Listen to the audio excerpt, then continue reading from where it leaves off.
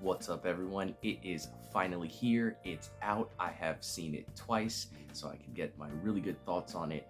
I am finally here to talk about Matt Reeves' The Batman, starring Robert Pattinson as Bruce Wayne and Batman, which, if you still have a problem with him being in Twilight, you gotta get over it because this man gives a stellar performance in this movie. We got Zoe Kravitz as Catwoman, Colin Farrell as the Penguin, and Jeffrey Wright as Commissioner Gordon. There are a few other actors in there that I'm sorry I don't really know your name. I know for a fact that one of the characters in there that I won't say here because I feel like it would be a spoiler for the story ends up being a famous actor, and I thought that was pretty cool. And then lastly, we have Paul Dano as the main antagonist, the Riddler. Now, if you happen to not know about what the Batman is about, a brief synopsis of the story is that this takes place during Batman's second year being the Batman. He's out and about, people are aware of who he is, he's already working with Jim Gordon, and a new player in town shows up, and that player is the Riddler. He starts leaving his riddles around the city, causing mass panic and killing people, and it's up to Jim Gordon and the Batman in order to stop him and uncover who he is, what his plan is, and why everything is happening here and now. Man, this movie was fantastic. It truly nailed it for me. For me, it is my personal favorite live action Batman film. It is the number one. It trumps The Dark Knight, which is my number two. It definitely beats it. One of the things that I truly loved about this movie was Gotham. I know you probably hear this a lot from a lot of different reviewers, but in order to nail Batman, you have to get Gotham right. And I feel the closest person to get Gotham right was probably Tim Burton in Batman '89, but it's a bit too weird. Tim Burton's isms came through the movie a bit too much, and Gotham felt a little bit too weird rather than just this dirty, disgusting place that you wouldn't want to live in. I didn't really get that sense when I was watching the Dark Knight trilogy. I didn't feel that Gotham was a character in the movie. And, Adam West and Joel Schumacher's takes on Batman didn't really feel that there either. But Matt Reeves did a fantastic job. It has this dirty gothic design. You feel the presence of Gotham. Like, you personally would not want to live there. You do not want to go to Gotham. You feel how terrible Gotham is as a place. There's like a long take at one point in the movie where you just see a bunch of people in Gotham, and it's just like, oh, y'all gruff. Like, y'all the kind of people, if I walk by you on the streets, like, all right, you got it, chief. Keep it real. I don't want to deal with that. Like that. Those are the people that are in Gotham. Everyone there is just crooked, beaten and battered to the point that they're just filled with a rage, and I loved it. It's so great. I can't believe they nailed Gotham this well.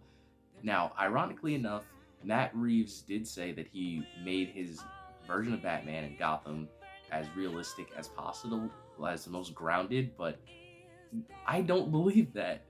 I feel like this movie has the most potential to fit in with like comic book characters. Like, this interpretation of the Batman, I feel like is the closest that we've seen to a rendition of the comic book Batman being on the big screen.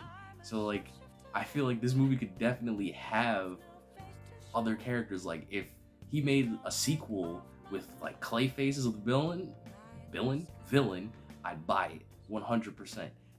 I don't know if that was intention. I guess the best way to put it is that he made such a good rendition of Batman as a character in his movie in comparison to everything else that we've seen before, that he fits the closest to what we've seen in the comics, like the animated series and everything like that. So I could buy him facing his more zany supervillains, which I love. I love that very much. I am sick and tired of grounded superhero takes where like there's like little tweaks and stuff where everything has to be, oh, it's realistic and everything. And granted, I know that wasn't his intention, but it came out that way, and I'm happy and it ended up working out that way. Like I mentioned at the very beginning, Robert Pattinson did a stellar job as Batman. I will say there is something that people probably will be hit or miss with, and that is his take on Bruce Wayne. Matt Reeves has a different take on Bruce Wayne where he doesn't have his two personalities. Because if you don't know, the character of Batman, he's supposed to have three different sides to him. He's supposed to have Bruce Wayne, the billionaire playboy, and then the Batman. So this version of Batman in the movie, he's just Batman, and then he's Batman out the suit. He's just more broody Bruce Wayne all the time, very reclusive. He doesn't have his personas or anything created, and I think it works really well. I might make a video about that later, talking about how this movie does this version of Bruce Wayne, because I think it does something really cool that I haven't really heard anyone mention recently, but I'll save that for another time. Anyway, Zoe Kravitz, fantastic as Catwoman. She did great. She is my favorite Catwoman. She nailed it the best. If I had to rank all of the Catwoman that I've seen in movies, Zoe Kravitz would be at the top, then it'd be Anne Hathaway, Michelle Pfeiffer, and then unfortunately Halle Berry. But Halle Berry and Michelle Pfeiffer are probably they're barely apart from each other, just because I think Michelle Pfeiffer gave a better performance, because they're the same character. But that's something that I would rather talk about another time instead of making people mad, because this is supposed to be a happy video, because I really love this movie. And yes, it is 3 hours long, but for me, I didn't feel it. Both times I saw it, I didn't feel the movie was 3 hours at all. There is a point in the movie where it does feel like the Riddler becomes an afterthought, but that's because they're still dealing with things in regards to the mystery of the movie. So it's still important, but the character you were expecting to follow, it's not following at that specific point in time, but then he comes back. So it's not really that big of a deal.